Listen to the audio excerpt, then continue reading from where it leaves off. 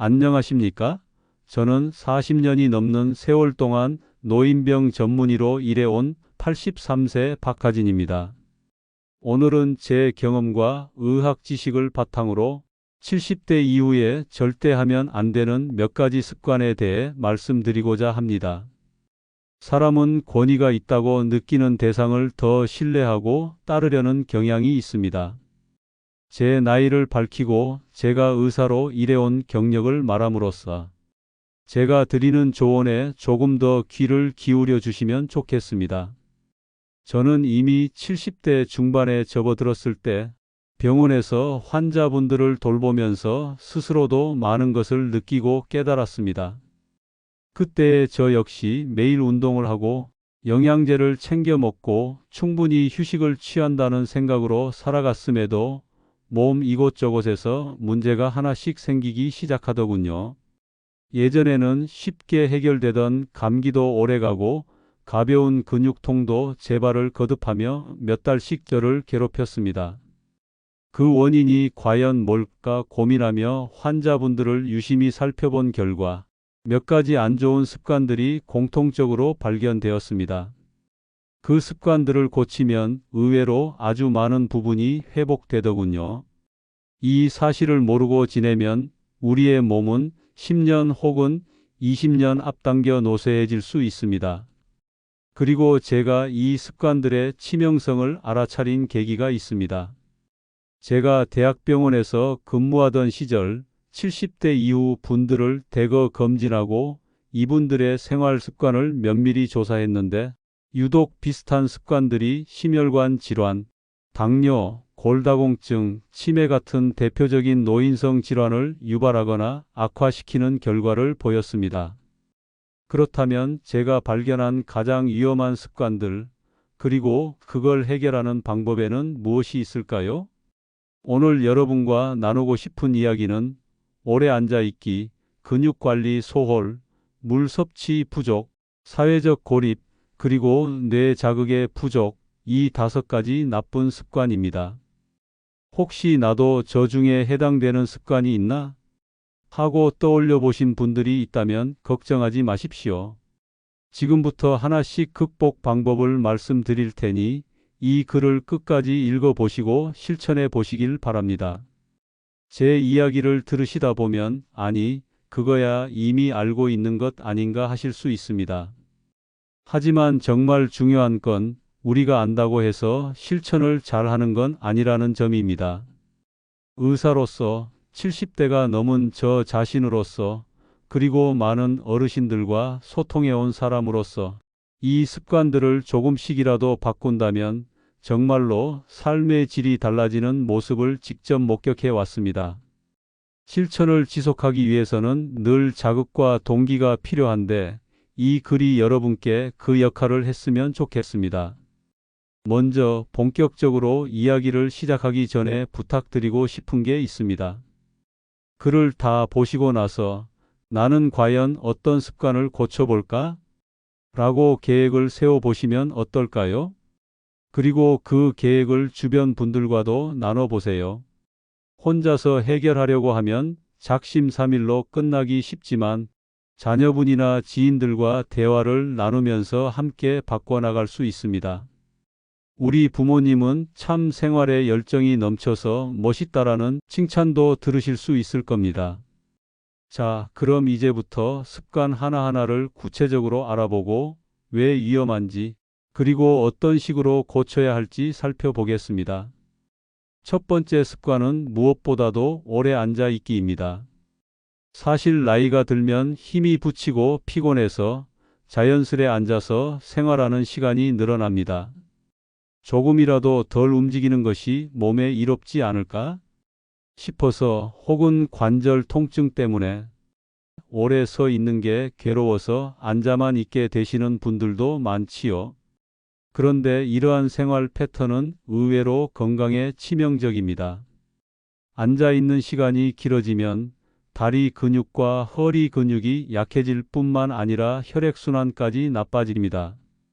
가만히 앉아 있는데 얼마나 해롭겠어? 라고 생각하기 쉽지만 인체는 생각보다 운동 부족에 매우 예민하게 반응합니다. 제가 진료했던 환자 중 한 분은 하루 10시간 넘게 TV 앞에 앉아 지내셨어요. 이동은 화장실이나 부엌 갈 때가 전부였지요.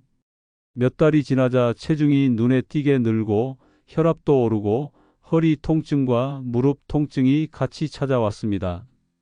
왜냐하면 우리 몸은 본래 움직이도록 설계되어 있기 때문입니다.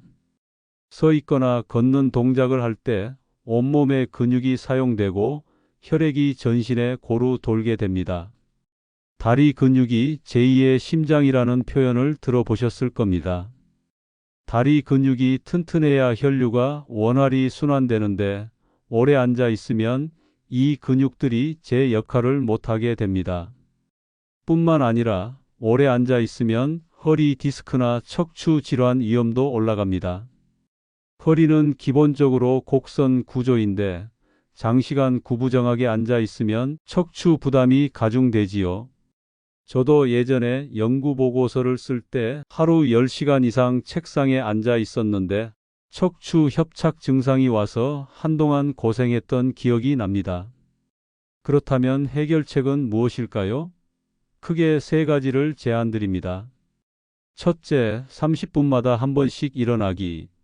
시계나 휴대폰에 타이머를 맞춰 놓고 종소리가 들리면 자리에서 일어나십시오. 그 상태로 가볍게 스트레칭을 하거나 집안에서 몇 걸음 정도 걸어 보십시오. 둘째, 의자에서 일어섰다가 앉는 동작을 하루에 10회 이상 반복해 보세요. 별것 아니라고 느껴질 수 있지만 다리와 허리 근육 강화에 도움이 되는 간단한 근력 운동입니다. 셋째, 하루 20분에서 30분 걷기 운동을 생활화하십시오. 저 역시 새벽이나 해질 무렵에 짧게라도 걷기를 하며 허벅지 근육과 허리를 단련하고 있습니다. 물론 관절이 좋지 않아서 걷기가 힘드신 분들도 있으실 겁니다. 그러신 분들은 수중 운동을 고려해 보시는 것도 좋습니다. 물에서 하는 운동은 체중 부담이 상대적으로 덜하므로 관절에 무리가 적습니다. 근처 복지관이나 헬스장에서 운영하는 실버 수영 프로그램에 참여해 보시는 것도 권장드립니다. 습관을 한 번에 180도 바꾸기란 쉽지 않지만 30분마다 일어나기처럼 작은 일부터 시작해 보세요. 사소해 보이지만 이런 습관이 쌓여서 여러분의 건강을 지키는 큰 힘이 됩니다. 자, 이제 두 번째로 위험한 습관, 근육 관리를 소홀히 하는 것을 살펴봅시다. 70대 이후에는 근손실이 빠르게 일어납니다. 사실 사람은 30대부터 서서히 근육이 감소하기 시작하지만 70대에 접어들면 그 속도가 가파르게 상승합니다. 문제는 근육이 줄어들면 신체 기능 전반이 급격히 떨어진다는 점입니다. 특히 하체 근력은 낙상과 직접 연관이 있습니다. 다리 근육이 약해지면 균형 유지가 어려워져서 넘어지기 쉽습니다. 그리고 70대 이상에서 낙상은 결코 가볍게 넘길 문제가 아닙니다. 골절로 인해 장기간 병상 생활을 하다 보면 근육은 더더욱 줄고 일상 복귀가 힘들어지는 악순환에 빠지기 쉽습니다. 제 환자들 중에도 낙상으로 고관절이 골절되어 수술을 받았는데 이후 회복이 더뎌서 한동안 일상생활조차 어려워진 사례를 여러 번 봤습니다. 또한 근육은 단순히 움직임에만 관여하는 것이 아니라 당을 소모하는 주요한 조직이기도 합니다. 근육이 많은 사람일수록 혈당 조절이 잘 되는데 근육이 줄어들면 혈당이 쉽게 올라가고 결과적으로 당뇨 위험이 커집니다. 평소에 당뇨와 별 상관이 없다고 생각했던 분들도 근육 감소가 심해지면 급격히 혈당 문제가 생길 수 있다는 사실을 꼭 기억하셔야 합니다. 그렇다면 근육을 어떻게 지킬 수 있을까요? 제가 권해드리는 방법은 크게 세 가지입니다. 첫째, 매일 꾸준히 걷기나 가벼운 계단 오르내리기 등을 통해 하체 근육을 강화하세요. 둘째, 무리하지 않는 선에서 근력 운동을 추가하십시오. 예를 들어 의자에 앉았다 일어서는 스쿼트, 벽에 손을 대고 하는 푸시업 등을 시도할 수 있습니다. 셋째, 충분한 단백질 섭취가 필요합니다.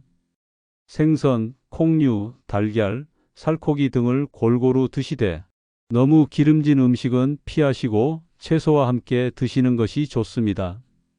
물론 근력 운동을 처음 시작하실 때는 전문가와 상의하거나 무리가 가지 않는 범위에서 천천히 시작해야 합니다. 지나친 욕심으로 한꺼번에 많은 중량을 들거나 무리하게 운동하면 오히려 관절이나 근육에 손상을 줄 수 있습니다. 하루에 10분이라도 몸 상태에 맞는 운동을 꾸준히 하는 것이 중요합니다. 근육이 줄어드는 것은 어느 정도 자연스러운 현상이지만 이를 방치하면 노화가 훨씬 빠르게 진행됩니다. 반면 조금만 적극적으로 관리해도 70대, 80대에도 탄탄한 하체와 기본 근력을 유지하면서 활기찬 생활을 이어갈 수 있습니다. 세 번째로 말씀드리고 싶은 습관은 물 섭취를 게을리하는 것입니다. 나이가 들수록 갈증을 잘 못 느끼는 경우가 많습니다. 그래서 하루 종일 물을 거의 마시지 않고 대신 커피나 차로 갈증을 달래는 경우가 생기는데 이건 정말 위험합니다. 우리 몸은 60, 70%가 수분으로 이루어져 있고 물은 노폐물 배출, 체온 조절, 혈액순환 등 온갖 생명활동의 핵심 매개체입니다. 수분이 부족하면 피부가 건조해지고 혈액이 걸쭉해지며 신장 기능에도 부담이 갑니다. 특히 신장은 노폐물을 걸러주는 필터 역할을 하는데 물이 부족하면 이 필터가 효율적으로 작동하지 못합니다. 결과적으로 혈압이 오르거나 신장 결석이 생길 위험도 높아집니다. 제가 진료실에서 만난 환자분들 중에는 물을 많이 마시면 화장실에 자주 가게 되어 귀찮다거나 자주 깜빡해서 물 마시는 걸 놓친다고 말씀하시는 분들이 많았습니다. 그런데 건조한 상태가 지속되면 변비까지 악화되고 영양 상태가 떨어지는 악영향이 이어집니다. 해결책으로는 무엇보다 습관화가 중요합니다. 예를 들어 기상 직후에 꼭 물 한 잔 마시기, 식사 전후에도 반드시 물 한 잔씩 마시기 같은 작은 규칙을 만들어 놓으세요. 물병을 눈에 띄는 곳에 두고 30분에서 1시간마다 조금씩이라도 드시는 겁니다. 맹물을 마시기 힘들다면 미지근한 물에 레몬 한 조각을 넣어서 향을 내보는 것도 방법이지요. 다만 카페인이 들어간 음료, 예를 들면 커피나 녹차, 홍차 등은 이뇨 작용을 촉진해서 오히려 체내 수분을 빼앗아갑니다. 가능하다면 미지근한 물이 가장 좋고 찬물은 속을 차갑게 해서 혈액순환에 방해가 될 수도 있으니 주의하십시오.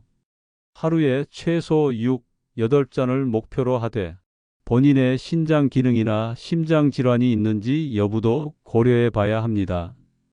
혹시라도 신장 기능이 많이 떨어지신 분들은 의사와 상의해 적정량을 조절하시는 것이 좋습니다. 정리하자면 물 많이 마시기는 뻔한 이야기처럼 들릴 수 있지만 실제로 실천하는 분들이 의외로 적습니다. 아주 간단하면서도 강력한 건강 수칙입니다. 화장실 가는 일이 귀찮으시더라도 내 몸의 건강을 위해선 반드시 필요한 일이라는 점 잊지 않으시길 바랍니다. 네 번째 습관은 사회적 고립입니다. 인간은 본래 사회적 동물이라 다른 사람들과 교류하고 감정을 주고받을 때 정신적으로나 신체적으로 활력을 얻습니다. 하지만 나이가 들수록 내가 굳이 어디 가서 뭘 하나? 그냥 집에서 편히 쉬는 게 낫지. 라며 외부 활동을 줄이게 됩니다. 자녀들도 바쁘고 친구들도 점점 만나기 어려워지니 자연스럽게 고립 상태로 빠져들기도 합니다. 문제는 이렇게 홀로 지내는 시간이 길어지면 우울증, 무기력증, 심지어 인지 기능 저하까지 가속화된다는 것입니다. 제가 진료했던 분들 중에도 은둔 생활을 오래 하다가 치매 증상이 급격히 악화된 사례가 있었습니다. 혼자 집 안에만 있으면 오감으로 받는 자극이 최소화되고 뇌는 점점 사용되지 않는 상태가 됩니다. 그 결과로 인지력이 떨어지고 의욕이 사라지며 식사량도 줄어 건강이 전반적으로 악화될 수 있습니다. 그렇다면 어떻게 해야 할까요? 우선 크고 거창한 모임을 만들 필요는 없습니다. 가족이나 친구, 이웃과 가벼운 안부 전화 한 통이라도 자주 나누는 게 좋습니다. 요즘은 스마트폰 앱을 이용해서도 쉽게 영상 통화를 할 수 있습니다. 문자 메시지나 카카오톡으로 사진과 글을 주고받는 방법을 배우는 것도 좋지요. 아, 스마트폰이 어려워서 못 쓰겠다. 하시는 분들도 계시겠지만 막상 써보면 의외로 금방 익숙해집니다. 또한 가능한 한 주 1회 이상은 외부 활동을 계획해 보시는 걸 추천드립니다. 예를 들어 근처의 복지관이나 문화센터에서 진행하는 취미반이나 교양 강좌에 참여해 보세요. 누군가에게는 그림 그리기, 누군가에게는 합창 동호회나 체조 모임일 수도 있고 또 다른 누군가에게는 요리 교실이 될 수 있죠. 거기서 비슷한 관심사를 가진 동년배 분들을 만나면 의외로 기쁨과 성취감을 크게 느끼실 겁니다. 저 역시 현역에서 은퇴하고 난 이후 한때 사회적 고립감을 느낀 적이 있습니다. 매일 아침에 아무런 할 일이 없으니 몸과 마음이 나른하고 무기력해지더군요. 그때 용기를 내어 지역 주민센터에서 운영하는 시니어 건강 프로그램에 참여했고 거기서 만난 분들과 서로 정보를 교환하고 가끔은 식사 모임도 가지면서 아주 큰 활력을 되찾게 되었습니다. 사회적 교류가 줄어들면 건강이 무너지는 속도는 생각보다 빠릅니다. 반대로 아주 소소한 교류라도 꾸준히 이어가면 뇌와 몸이 아직 우리는 활동해야 하는 존재구나라고 인식하게 됩니다. 그것이 바로 정신적, 육체적 건강을 지키는 데 큰 역할을 합니다. 마지막으로 5번째 습관은 뇌 자극 부족, 즉 새로운 것을 배우지 않는 습관입니다. 제 지인들 중에는 나는 나이가 많으니 이제 더 배울 것 없다고 말씀하시는 분들도 계십니다. 하지만 뇌는 평생 가소성을 유지합니다. 즉 70대, 80대, 심지어 90대가 되어도 무엇인가를 배우고 익히려는 노력을 하면 뉴런 간의 연결이 새롭게 형성되면서 두뇌가 활발히 작동하게 되죠. 실제로 80대 중반에 외국어를 공부하기 시작해서 유창하게 회화를 즐기는 분도 봤고 70대에 대학원을 마치신 분도 봤습니다.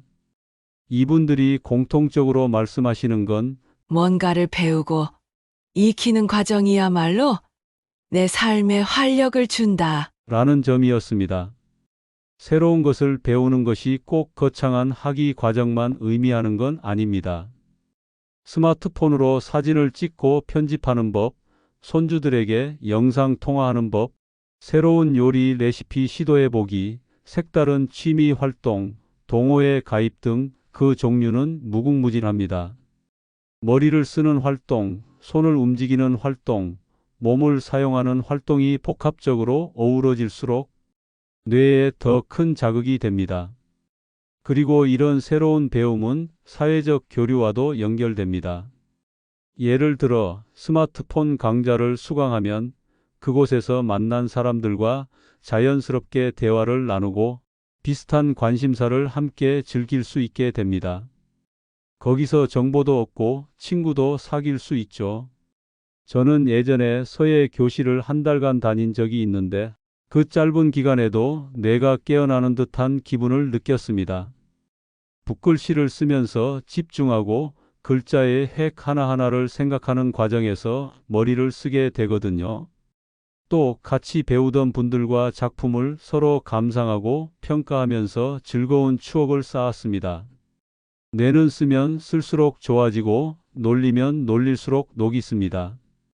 혹시 지금 내가 이 나이에 뭘 해 하시는 분이 계시다면 그 생각부터 바꿔보시면 어떨까요? 누구나 처음은 서툴 수 있지만 그 과정을 통해 받는 긍정적인 자극은 무시할 수 없을 만큼 큽니다. 자, 지금까지 말씀드린 5가지 습관, 오래 앉아 있기, 근육 관리 소홀, 물 섭취 부족, 사회적 고립, 그리고 뇌 자극 부족. 이 5가지를 방치하면 우리 몸은 10년, 20년 더 일찍 노화할 수 있습니다. 그런데 반대로 이 5가지 습관만 잘 관리해도 노화 속도를 상당히 늦추고 70대, 80대, 90대에도 상당히 건강한 삶을 누릴 수 있습니다. 이렇게 말씀드리면 에이, 말은 쉽지만 실제로 하기 힘들다. 라고 생각하실 분들도 많을 겁니다. 물론 쉽지 않습니다. 저 역시 하루아침에 모든 습관을 100% 바꾸지는 못했습니다. 처음에는 매일 걷기를 5분만 해도 힘들었고 물을 자꾸 잊어버려서 자주 갈증을 느꼈습니다. 사회적 모임에 나가는 것도 번거롭고 뭔가를 배우려고 시작하면 이 나이에 뭔 고생이람 싶어서 포기하고 싶은 순간도 있었습니다. 하지만 저도 그렇고 제 환자분들 중 일부는 이 습관들을 조금씩 바꾸며 삶의 질을 확 바꿨습니다. 어떤 분은 낙상의 두려움 때문에 밖에 나가지 못하다가 주 3회 근력 운동을 시작하고 나서 자신감을 되찾고 친구들과 등산 모임까지 즐기게 되었습니다. 또 어떤 분은 예전엔 하루에 물을 한두 컵 마시기도 힘들어 했는데 작은 물병을 항상 손에 들고 다니면서 하루 6, 7컵까지 늘려서 혈압과 변비 문제가 눈에 띄게 개선된 사례도 있습니다. 그리고 주변 지인들이나 의료진과 함께 약속을 만들면 더 실천하기가 쉬워집니다. 예를 들어 매일 저녁 식사 후에 가족들과 10분 산책하기, 일주일에 한 번은 꼭 친구와 전화 통화하기, 한 달에 한 번은 새로운 요리에 도전하기 등 이렇게 구체적인 약속으로 설정하면 오늘은 산책하기로 했지라고 스스로에게 상기시키면서 실천율을 높일 수 있습니다. 그 과정에서 힘들다, 귀찮다, 그냥 누워있고 싶다 같은 생각이 들 때도 있을 겁니다. 그러나 그럴 때일수록 내 몸과 마음을 위해 하는 투자다라고 생각하세요. 지금 작은 수고가 향후 10년의 삶을 바꿀 수 있습니다. 적당한 목표를 세우고 성취했을 땐 스스로를 칭찬하는 것도 좋은 방법입니다. 오늘도 내가 물 8잔을 챙겨 마셨구나. 참 대단하다라는 식으로 말이죠. 이 글을 읽고 나도 한번 해볼까? 라는 마음이 드셨다면 이미 절반은 성공하신 겁니다. 중요한 건 그 다음입니다. 말로만 끝내지 않고 하나씩 시도해 보는 겁니다. 이제 제가 약속드린 대로 추가적인 건강 팁을 하나 더 말씀드리려고 합니다.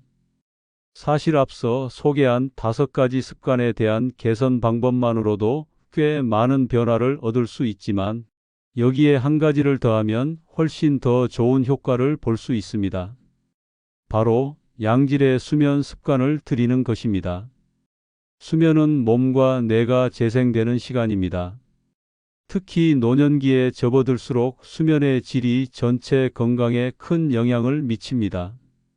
저는 젊었을 때 야간 당직을 자주 서는 바람에 수면 패턴이 많이 망가져서 고생을 했는데 나중에 이를 회복하는데 꽤 오랜 시간이 걸렸습니다.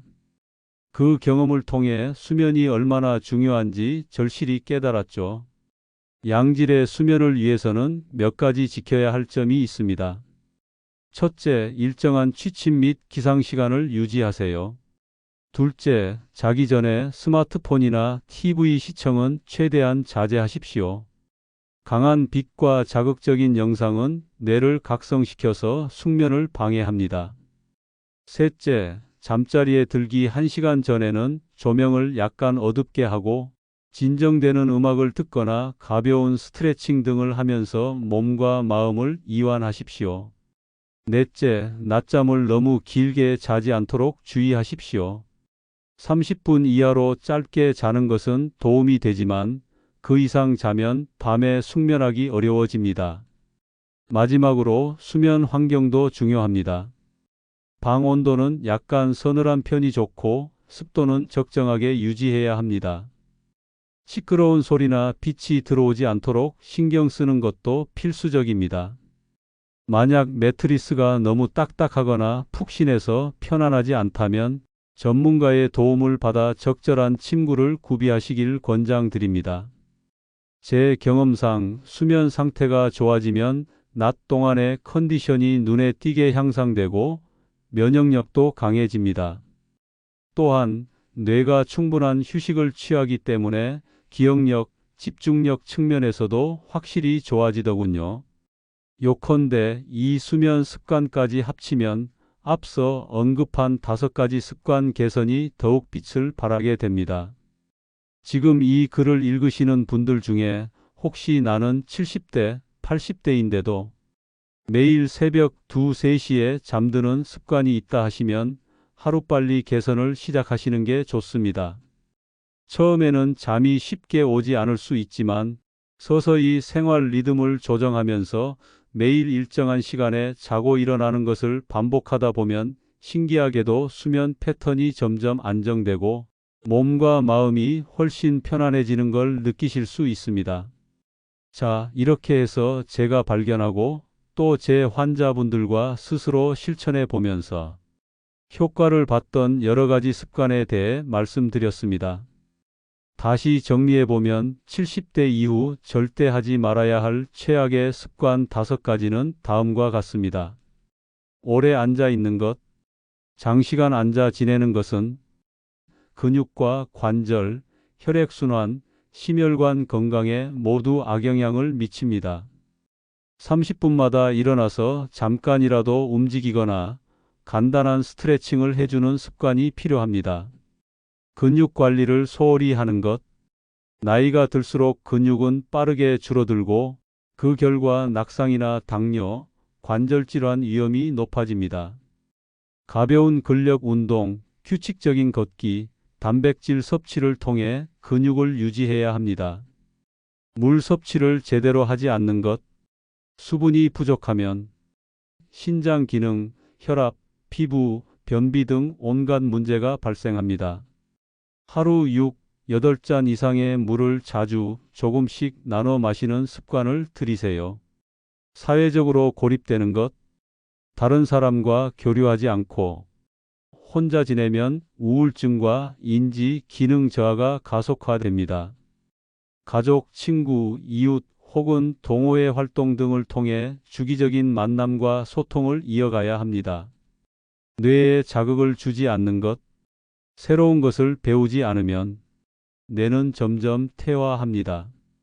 나이가 들어도 꾸준히 무언가를 배우고 익히는 노력을 기울이면 뇌가 활발히 유지되고 삶의 활력도 높아집니다. 그리고 보너스 팁으로 양질의 수면 습관을 강조했습니다. 규칙적인 수면 패턴과 숙면 환경을 갖추면 몸이 회복되고 면역력이 높아져 다른 습관들의 효과가 배가 됩니다. 이렇게만 보면 너무 많은 걸 한꺼번에 하라고 권하는 것 같아 부담스러울 수도 있습니다. 하지만 이 모든 습관들은 사실 서로 맞물려 있습니다. 예를 들어 근력 운동을 조금 하면 더 쉽게 잠을 잘 수 있고 물을 충분히 마시면 운동 후 피로 회복이 빨라집니다. 사회 활동을 꾸준히 하면 뇌 자극도 자연스럽게 이루어지고 삶의 의욕이 높아져 더 열심히 걷고 운동하게 되지요. 따라서 하나를 시작하면 다른 부분들도 긍정적으로 변하기 시작합니다. 오늘부터 나가서 1시간씩 뛴다 같은 무리한 목표를 세울 필요가 없습니다. 10분이라도 5분이라도 딱 지금 내 몸 상태에서 가능한 만큼을 시도해 보시면 좋겠습니다. 마무리하며 제가 여러분께 드리고 싶은 말씀이 있습니다. 70대, 80대가 되었다고 해서 삶의 질을 포기할 필요는 없습니다. 오히려 의학적으로 봤을 때 이 시기에 적극적으로 건강 관리를 하면 10년, 20년 이상 스스로 독립적으로 즐겁게 살 수 있는 가능성이 열립니다. 제가 83세라고 말씀드렸는데 예전에는 이 나이면 움직이기 힘들어서 단순히 늙었다고 체념하기도 했습니다. 하지만 실제로 제가 주변에서 지켜본 분들 중에는 90대가 넘어도 스스로 운전하고 여행도 즐기며 사회생활에 활발히 참여하시는 경우가 꽤 있습니다. 차이는 결국 생활 습관에서 옵니다. 마지막으로 여러분 주변에 이런 정보를 필요로 하는 분들이 계시다면 꼭 이 내용을 공유해 주셨으면 좋겠습니다. 본인만 건강해지는 게 아니라 함께 건강해질 수 있다면 얼마나 더 의미 있겠습니까? 내가 알게 된 소중한 정보를 다른 사람에게도 전한다는 마음은 그 자체로도 멋지고 값진 일이니까요. 그럼 이만 글을 마치겠습니다.